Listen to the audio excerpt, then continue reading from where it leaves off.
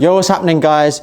My name's Stingy. If you're new around here, I make weekly Slurry, Surron and other E-MOTO content. Today I've got something really exciting to share with you, and that is my new CNC frame kit. So I've actually been sent a CNC frame from Dirt Pig Engineering, but to go with that, we've got a CNC subframe and a CNC swing arm. So without further ado, I'm gonna unbox it in front of you guys now and tell you my plans of it and exactly how I came to get it. So inside this box is my new CNC frame kit.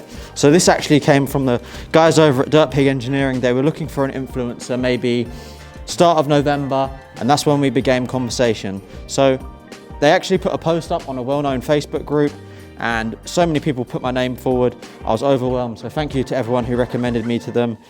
But yeah, they've given me a kit. I had to pick the colors. So as you can see, we've got some purple showing through here. I'm gonna unbox this first layer, and then you can see the actual kit. So this kit itself is billet aluminium. It's actually machined out of one big block of aluminium. The box itself is just as impressive as the frame. Nothing could ever get damaged in it. It must have taken ages to cut all this out and layer it up. I've gone for a cool grey anodize as well as a purple anodize. He presented me with about 600 different anodizing color options, so it was very overwhelming, but I'm really pleased with how it looks. It's made out of a solid block of aluminium, each part, so it's complete billet. It's also got these pockets in it for weight reduction, but the frame itself is made out of 6000 series aluminium. The shock mount, which is this purple piece here, is made out of 7075 aluminium, just because it bears much more load than the rest of the frame. So if I pull the frame out of the packaging, this kind of gives you an idea of how the frame goes together. So it's modular, the head tube's separate from the rest of the frame. You have one of these for each side. I'll pull the rest of it out now. So here's the shock mount. So getting under this next layer, here we can access the head tube. So this head tube is completely modular. As you can see, it has dovetail joints as well as finger joints, and then it bolts through. These are actually threaded. But what I love about this is the sheer thickness and heftiness of the actual part. On the standard Surrons, if you might be aware, they often crack down the welds here, or you can split the head tube out completely.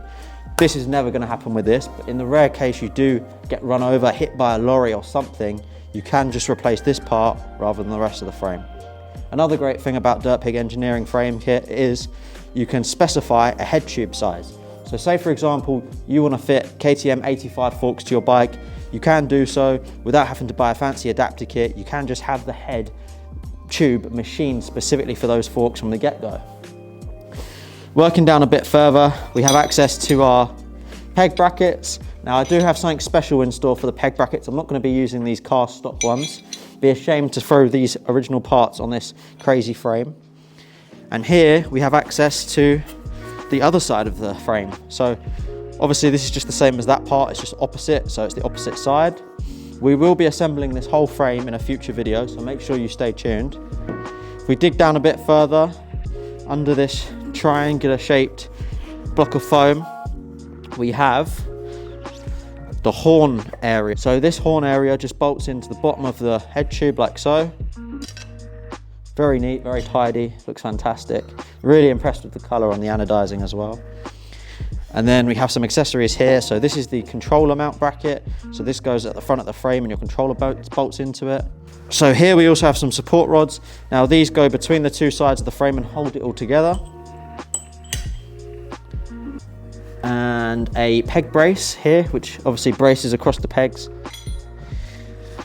And then underneath, one last pouch, we have the frame bearings and miscellaneous hardware. So I will be roughly putting this frame together in a minute to show you guys how it looks, but obviously I couldn't put a standard swing arm and a standard subframe on such a beautiful frame, so I've gone and splurged out on some really crazy parts. So this is the wonderful WGT Racing CNC 4-piece swing arm. So you have this piece, and then the two sides.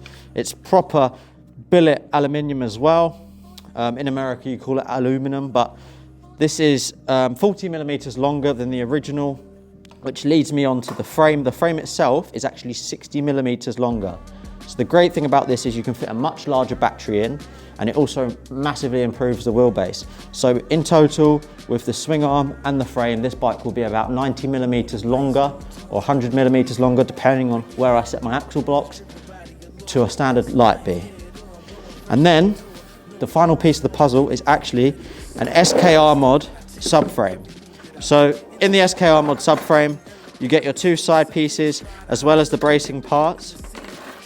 And then if we come forward onto this next box, we have titanium seat rails.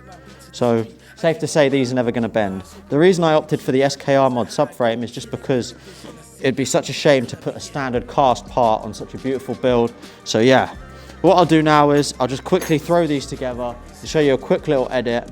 And then after that, I'll come back and tell you my plans for this build.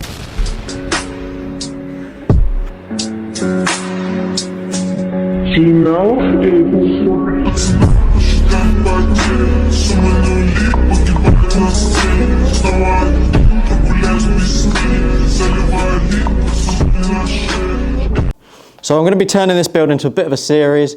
You'll have to come back next week to see the rest of the components. I've really splurged out. There's some brand new parts to the market going on this bike that most of you might not have seen before. It's going to be pushing over 30 kilowatts. But yeah, really excited to get into it, guys. We're going to do a number of series. So this is the first series, just unveiling the bike. This bike is definitely built to last. This is going to be tested off-road in the mud. It's not going to be treated like a baby. So yeah, I'm really excited to get on with the build and show you how it all progresses. So guys, I hope you guys are as excited as I am to get on with the build, but you're going to have to check back next week and stay tuned so that you can see exactly how this all unfolds. But for now, I hope you guys have enjoyed the video. My name's Stingy Roger. Smash that subscribe button if you're new, leave us a like, and as always, I'll see you next week.